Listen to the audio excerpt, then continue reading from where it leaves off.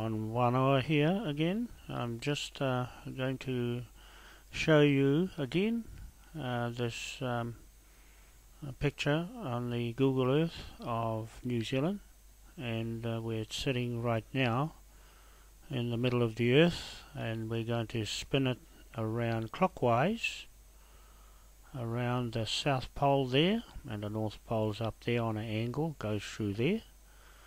Right, like that. So it's spinning on its right axis, and we're going from east to west. We're going to go that way, and we'll end up in 180 degrees in the opposite end, on the other end of the Earth, at Giza, Cairo, and the biggest pyramid in the world, King Khufu. There is a connection, spiritual connection between Giza, and that's a survey mark of the Earth when the Earth was built and invented. And this end here at Te Pito is the spiritual connection to Te Pito of Easter Island. And so we'll come up at Easter Island on the last 90 degrees of when we turn this map around.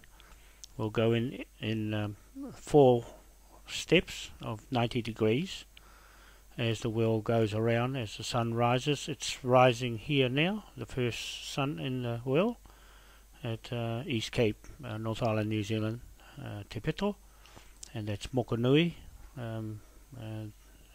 connected to Rapa Nui in East Island. So the principle of the operation of the Earth is God's law, L-O-R-E, and it can never change because the North Pole will always be the North Pole, even with the axis tilts on the Earth. The axis will tilt, the North goes with it, and it'll still be fixed as law, fixed law. And so this is governed by these 4 points. We've got the East Cape here, and the next 90 degrees is Jakarta, Bali, and the next 90 degrees is Giza, and the next 90 degrees is Easter Island. So I'll just turn it. It's 90 degrees now, and that'll go around now there, and there's Jakarta right there, Bali, and so that point there is a mark on the Earth's rotation, and so we'll turn it the next 90 degrees. Yeah, around we go, and we end up at Giza. That's Giza. We'll put it a little bit in the middle. A bit hard to turn around on the world. Anyway, there's Giza, right smack right there. And remember, we're going clockwise from south, looking up from the bottom of the Earth up to the north. There's the North Pole there. The ice, it's on the angle that way, right, South Pole down there. So this is the way we're turning the Earth around that way, so that we're just making a straight line through, and the widest point of the arc of the Earth surface, and that's the longest the sun god Ra from the east coast will stay shining for the most part of a day. And here you can see that's Great Britain up there, and down here where I'm pointing, that's Rome. The Vatican sits right there. I'm just going to point out to you that when you turn the Earth clockwise, they have a shorter arc around the Earth, around that way, right? So they're going to be late getting the sun. Oops, I'm going to shift it now. There, we're back to where we were. Sorry. Now they get a shorter arc of around the Earth, and that's not the true part where God law put that obelisk that they stole, the Vatican, and took it to Rome and stuck it over there where my pointer is. It belongs here. This is the central part. They put it over there. Now the spirits don't work over there. They work back here in the middle of the Earth, and it wasn't designed to go there. They shifted it there. Man changed God's law from this to man's law. This is God's law here in the middle, and that's how the earth works. They've got their own theories. So if they're praying to God, I don't know which God they're praying to, but that's obelisk in the middle of the Vatican City belongs over here, and with these black Nubian African DNA, the DNA to me, the Wānoa people, and Polynesians. So this is our story. It's a true story, and it's not fabricated like what's happened with Church of England up here. Stole the moai and stuck it over there in England. It doesn't belong there. It belongs on this law of God, rotation of this world that Earth Moai God built. Okay, so that's what Te Pito means. Te Pito is the birth of this world that I'm talking about. And so we'll go around 90 degrees from Giza in Egypt. And the Great Pyramid of King Khufu is right there.